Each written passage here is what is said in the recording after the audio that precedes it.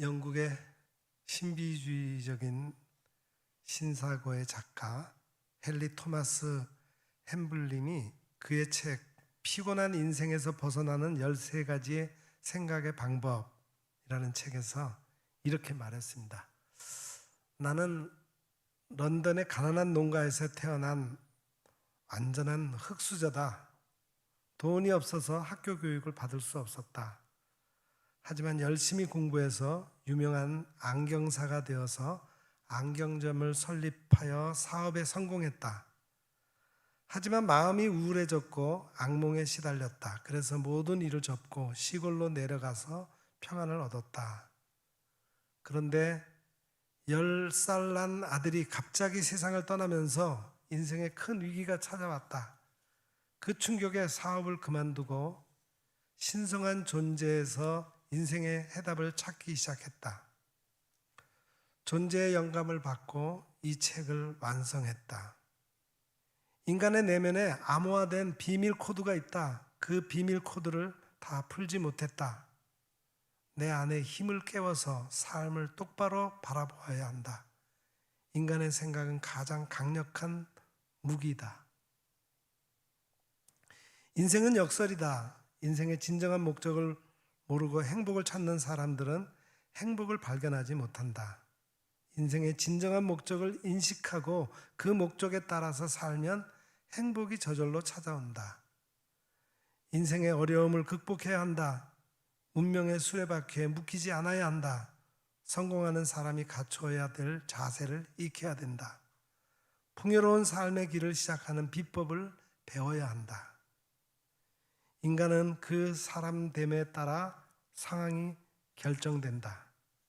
사람의 환경을 바꾸기 전에 사람의 마음 자체를 바꿔야 한다. 인간은 비범한 힘과 지성을 소유해도 영감이 없다. 하나님의 영이 있어야 영감을 얻는다. 잠재의식의 능력을 활용해야 한다. 우주적인 마음에서 오는 영감을 일상화하기 위해 초의식을 사용해야 한다. 진정한 행복을 위해 봉사의 법칙을 따라야 한다. 정신력과 영적인 힘을 사용해야 한다. 한계를 극복하고 내적인 힘을 일깨워야 한다. 여러분, 이 세상에 사는 사람들은 거의 다 피곤한 인생을 살고 있습니다. 성공한 사람도 피곤하고 실패한 사람도 더 피곤한 인생을 살고 있어요.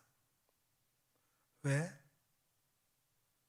프랑스의 최고 지성인인 작가 미셸 뚜루니에가 말했습니다. 이 일은 인간의 본성에 맞지 않는다. 이 일을 하면 피곤해지는 것이 그 증거다. 그러면 어떻게 일을 해야 피곤하지 않을까요? 어떤 자세로 일을 해야 즐겁고 행복할까요? 레오나르도 다빈치가 말했습니다. 일을 즐기는 사람은 세상이 천국이요, 일을 의무로 하는 자는 세상이 지옥이다.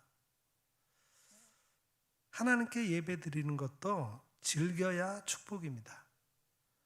예배가 의무가 되면 참 곤혹스럽습니다. 일하고 언제나 사랑을 꿈꾸는 사람이 행복한 사람입니다. 일을 즐기는 것이 인생에서 최고의 낭만입니다. 모든 만물이 피곤하다는 것을 사람이 말로 다 할 수 없다. 전도서 기자가 그렇게 고백하고 있죠. 삶이 피곤한 것은 눈이 보아도 족함이 없고 귀가 들어도 거기에 차지 않기 때문입니다. 피곤하면 허리에 열기가 가득하고 살에 성한 곳이 없습니다. 피곤하여 마음이 상하고 마음이 불안하여 신음합니다. 사람들은 왜 이렇게 피곤한 인생을 살게 됩니까? 전능하신 하나님을 경외하기를 저버렸기 때문입니다. 하나님을 떠난 사람은 영혼이 피곤합니다. 하나님께서 얼굴을 숨기시면 무덤에 내려가는 것을 두려워합니다. 나의 영혼이 주의 구원을 사모하기에 피곤합니다. 그러나 나는 주의 말씀을 바랍니다. 시편 기자가 그렇게 고백하고 있죠. 영혼이 만족해야 기쁨이 있고 행복한 겁니다. 인생의 법칙을 알고 인생의 목적이 조화를 이루어야 합니다. 오늘 하나님께서 이 시편 기자를 통해서 우리에게 이렇게 말씀하십니다. 하나님께서 광야의 인생을 사는 사람에게 인자하시다. 인생에게 기적을 베푸신다. 사모하는 영혼에게 만족을 주신다. 줄인 영혼에게 좋은 것으로 채워주신다. 하나님께서는 우리 인간에게 선하신 분입니다. 하나님께서 인간에게 영원히 인자하십니다. 그래서 인간이 하나님께 감사해야 합니다. 인간이 하나님을 예배해야 합니다. 하나님을 인정하고 하나님을 찬양하며 살아야 합니다. 그런데 인간이 어떻게 살고 있습니까? 광야 사막길에서 방황하고 있는 것처럼 살고 있어요. 광야의 인생은 줄이고 목이 마르죠. 영혼이 피곤하게 살아갑니다. 오늘 본문 4절을 우리 함께 읽겠습니다. 본문 4절. 그들이 광야 사막길에서 방황하며 거주할 성읍을 찾지 못하고. 광야 사막은 인간이 살기 어려운 장소예요. 광야는 길과 안내자가 없어서 막막합니다. 광야에는 생명을 위협하는 불뱀들과 정갈들이 있습니다. 그리고 물이 없어 땅이 건조합니다. 광야에서 길을 잃으면 생명이 위험합니다. 사막은 물을 찾기 어려운 장소입니다. 사막은 하늘에서 비가 내리지 않아 농사를 지을 수가 없습니다. 하갈이 아들 이스마엘을 데리고 브엘세바 광야에서 방황했습니다. 가죽 부대에 물이 떨어지자 아들이 죽는 것을 참아보지 못하겠다고 소리를 내서 울었습니다. 인간이 광야 사막길에서 방황하는 겁니다. 여기 방황하다라고 하는 말은 동요하다, 비틀거리다, 길을 잃다, 헤매다, 잘못을 범하다, 벗어나다, 배회하다라는 뜻입니다. 인간이 살기 위해서 거주할 성읍을 찾는데 어려운 거예요. 지금도 나그네 인생을 사는 사람들이 거주할 집이 없어서 방황합니다. 여러분, 인간이 왜 메마른 광야 사막길을 걸어갑니까? 하나님께서 모세에게 말씀하셨어요. 하나님께서 40년 동안에 너에게 광야 길을 걷게 하신 것을 기억하라. 그 이유는 너를 낮추시며 너를 시험하사 내 마음에 어떠한지 그 명령을 지키는지 지키지 않는지 알려고 하신 것이다. 하나님께서 선택하신 백성이 구원을 받고 광야의 길을 걸을 때 꼭 기억해야 할 것이 있습니다. 아, 하나님께서 나를 겸손하라고 하시는구나. 하나님께서 나의 마음을 시험, 테스트 하시는구나. 내가 하나님의 명령을 잘 지키고 사는가, 지키지 않고 사는가 알려고 하시는구나. 어떻습니까? 지금 우리는 겸손하게 살고 있습니까? 바벨론의 느부갓네살 왕이 세상에 큰 권세를 가졌을 때 마음이 높아지면서 교만하게 행동했습니다. 뜻이 완악하여 교만하게 살았어요. 그래서 하나님께서 그 영광을 빼앗았습니다. 광야에서 들짐승처럼 살면서 하나님께서 사람과 나라를 다스리시고 자기의 뜻대로 누구든지 그 자리를 세우신다는 것을 알게 하셨어요. 광야에서 하나님의 시험을 잘 통과하면은 복을 주십니다. 사람의 마음을 낮춰야만 하나님께 영광 돌릴 수 있어요. 예수님께서 제자들에게 말씀하셨습니다. 어린아이와 같이 자기를 낮추는 그 사람이 천국에서 큰 자다. 예수님께서도 자신을 낮추시고 죽기까지 복종하셔서 십자가에 죽으셨습니다. 사람이 주 앞에서 낮추면 주님께서 그를 높여주십니다. 하나님께서는 겸손한 사람을 구원하십니다. 하나님께서는 자기 백성을 기뻐하십니다. 겸손한 사람을 구원으로 아름답게 하십니다. 하나님께서는 겸손한 사람의 소원을 들어주십니다. 하나님께서는 겸손한 사람에게 은혜를 베푸십니다. 마음이 겸손하면 영예를 얻습니다. 겸손한 사람이 하나님 때문에 기쁨이 더해집니다. 인간이 왜 광야 사막길에서 방황합니까?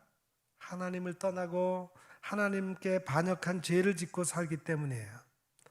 하나님의 목전에 악을 행하여 하나님께서 진노하시기 때문입니다. 하나님을 잊어버리고 우상을 섬기면서 방황하고 있습니다. 사람이 하나님을 떠나면은 그 마음이 사술에 비틀거립니다. 사람의 마음에서 하나님을 떠나면 자기 중심에 매어 있습니다. 남유다의 히스기야 왕이 죽고 그의 아들 므낫세가 왕이 되고 나서 하나님을 미워하고 무죄한 사람들의 피를 아주 많이 흘려서 예루살렘 이 끝에서 저 끝까지 피가 가득했습니다. 사람의 마음에서 하나님을 떠나면 육신의 힘을 의지하고 살아갑니다. 육체의 소욕을 따라 살면서 성령을 거스르게 됩니다. 육체의 욕심을 따라 지내는 그 사람에게 하나님께서 진노하십니다. 육체의 일을 따라 사는 사람들은 하나님의 나라를 유업으로 받지 못한다 했습니다. 광야 사막길에서 방황하는 사람들은 육체와 영혼이 피곤해집니다. 오늘 본문 5절도 다 같이 읽겠습니다. 5절입니다. 줄이고 목이 말라 그들의 영혼이 그 안에서 피곤하였도다. 여기서 줄이다라는 말은 아주 배고파다, 배고파 쓰리다, 굶주린 사람이라는 뜻입니다. 목마르다라는 말은 갈증나다, 갈망하다라는 뜻이에요. 광야 사막길을 가는 사람들은 육체의 고통이 있습니다. 배고프고 목이 마릅니다. 영혼이 피곤합니다. 영혼이 피곤해서 마음이 상합니다. 마음이 불안합니다. 영혼이 피곤하면 마음의 근심이 많아집니다. 영혼이 피곤하면 낙심하게 됩니다. 반면에 영혼이 낙심하지 말고 피곤하지 않아야 때가 이르면 거두게 되는 겁니다. 여러분, 영혼이 피곤하고 인생에서 근심이 많아질 때 어떻게 해야 합니까? 하나님을 찾고 하나님께 그 근심을 내어 맡겨야 합니다. 하나님께 부르짖으며 기도해야 합니다. 본문 6절을 또 같이 읽겠습니다. 6절, 이에 그들이 근심 중에 여호와께 부르짖으며 그들의 고통에서 건지시고, 여기에 근심이라고 하는 단어는 좁은, 괴롭히다, 고통받는다, 고민, 비탄, 슬픔, 공경 등등의 뜻입니다. 사람의 마음에 근심이 있으면 번뇌하게 되죠. 근심이 마음을 괴롭힙니다. 근심이 고통을 받게 합니다. 고통이 고민하고 공경에 빠뜨립니다. 마음에 근심이 있으면 또 분한 마음으로 행동하기 쉽습니다. 믿음과 근심은 반비례하는 거예요.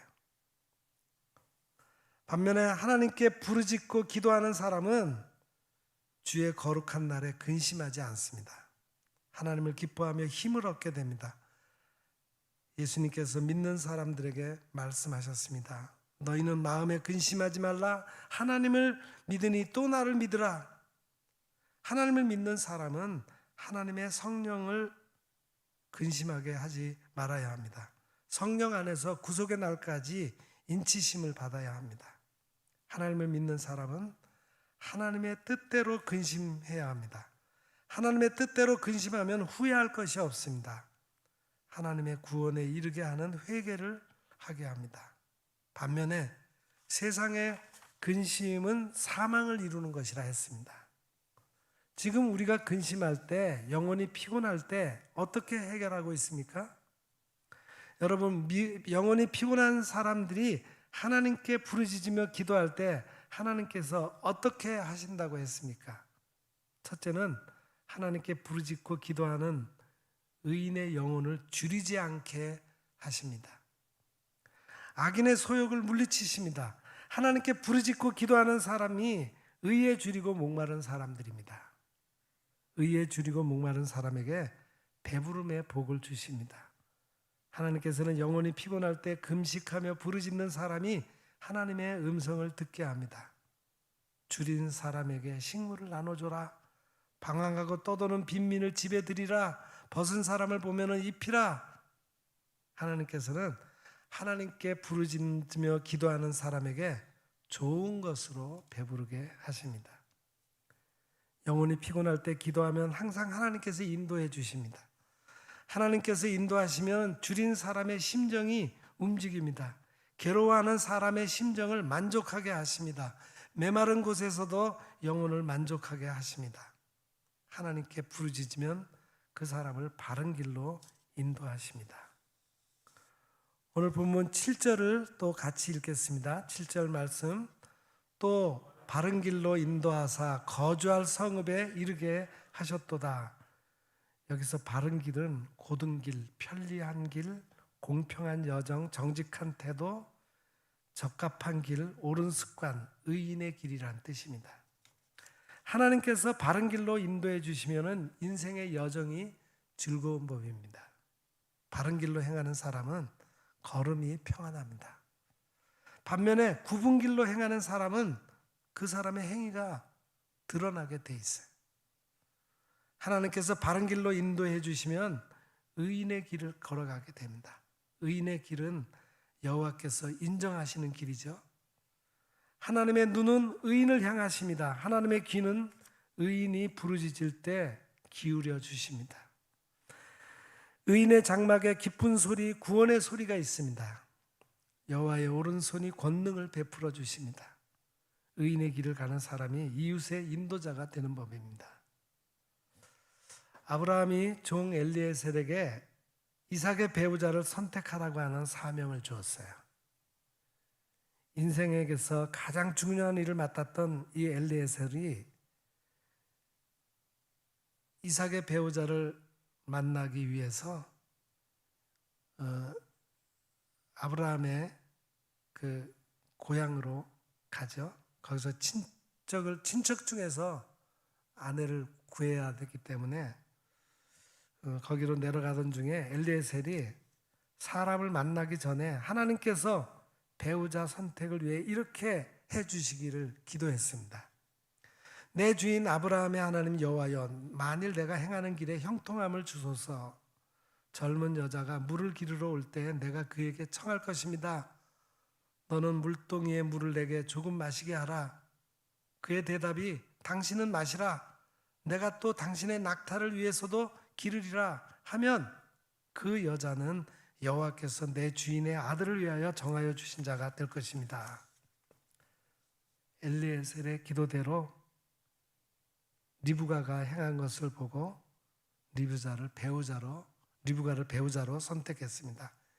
엘리에셀이 말했습니다. 내 주인 아브라함의 하나님 여호와께서 나를 바른 길로 인도해 주셨습니다. 나의 주인의 동생의 딸을 그의 아들을 위해 택하게 하셨습니다. 내가 머리 숙여 하나님께 경배하고 찬송했습니다. 하나님께서는 이렇게 기도하는 사람의 길을 바른 길로 인도해 주십니다. 두 번째, 하나님께 부르짖는 사람에게 하나님은 인자하십니다. 인자를 베푸십니다. 하나님께 부르짖어 기도하는 사람에게 기적을 행하십니다.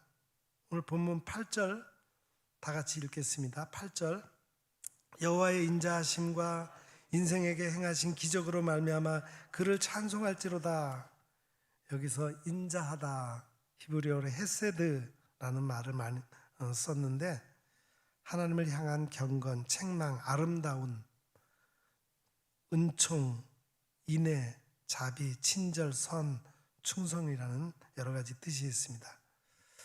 하나님께 부르짖는 사람에게 인자하심이 후하시다 했습니다. 하나님은 탄식하며 부르짖는 사람의 기도를 들어주십니다. 하나님께서는 인자하심으로 그를 구원해 주십니다. 하나님께서는 부르짖어 기도하는 사람에게 왜 인자하십니까? 하나님은 긍휼이 많으시기 때문입니다. 부르짖는 사람의 기도를 들으시고 긍휼히 여기셔서 응답해 주십니다. 은혜로우시고 노하기를 더디하시기 때문입니다. 인자하심이 풍부하시기 때문입니다. 하나님의 모든 길은 언약과 증거를 지키는 자에게 인자와 진리이시기 때문입니다. 하나님의 의와 인자를 따라 구하는 사람이 생명과 의와 영광을 얻게 됩니다. 여러분, 하나님의 인자하심을 맛본 사람이 어떻게 해야 합니까?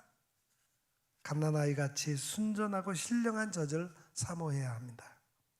하나님의 인자하심으로 구원에 이르게 해야 합니다. 예수님께 나아가 신령한 집을 세워야 합니다. 하나님이 기쁘시게 받으실 신령한 제사를 드리는 거룩한 제사장이 되어야 합니다. 하나님께서는 인자한 사람을 통해 기적을 행하십니다. 그 기적을 체험하고 찬송해야 합니다. 낭망할 때도 찬송하며 생명의 하나님께 기도합니다. 하나님께서는 기도하는 사람에게 기적을 행하십니다. 기적을 체험한 사람이 하나님을 찬양하게 되어 있습니다. 세 번째로, 하나님께서는 사모하는 영혼에게 만족을 주십니다. 영혼의 만족. 줄인 영혼에게 좋은 것으로 채워주십니다. 본문 9절도 같이 읽겠습니다. 9절, 그가 사모하는 영혼에게 만족을 주시며 줄인 영혼에게 좋은 것으로 채워주심이로다. 여기서 사모하는 영혼이란 갈망하는 영혼, 목마른 영혼, 방랑하는 생명이라는 뜻입니다. 하나님께서는 사람에게 영혼을 사모하는 마음을 주셨다고 전도서 기자가 얘기했죠.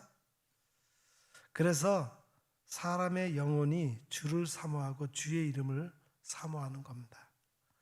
주를 사모하는 사람은 그 중심에서 주께 간절히 간구합니다. 성령의 사람은 사랑을 추구하고 신령한 것들을 사모합니다. 살아계신 하나님을 갈망하는 사람이 하나님께 소망을 두고 영혼을 구원하는 기도를 합니다. 영혼이 잘 되기를 기도합니다. 영혼이 잘 돼야 범사가 다 잘 되는 것입니다. 하나님께 감독의 직분을 받은 사람은 선한 일을 사모하는 사람이어야 한다. 그렇게 감독의 자격을 얘기하고 있습니다. 하나님께서는 사모하는 영혼에게 만족을 주십니다. 만족하다라는 말은 충분히 채우다, 가득 차다, 자족하다, 배불리 먹다, 그런 뜻입니다. 굶주린 영혼에게 좋은 것으로 충만하게 채워주십니다. 좋은 것은 선한 것, 아름다운 것, 더 잘된 풍부한 그런 뜻입니다. 하나님을 찾는 사람은 모든 것에 부족함이 없습니다. 하나님께서는 갈망하는 영혼에게 진리와 사랑을 풍성하게 채워주십니다. 그리스도의 말씀이 풍성해야 영혼이 굶주리지 않습니다. 이제 우리 영혼이 주를 사모하여 만족을 얻고 갈급한 마음으로 은혜를 사모하여 하나님께서 거룩하신 능력과 신성으로 풍성하게 채워주시기를 축복합니다. 기도하겠습니다.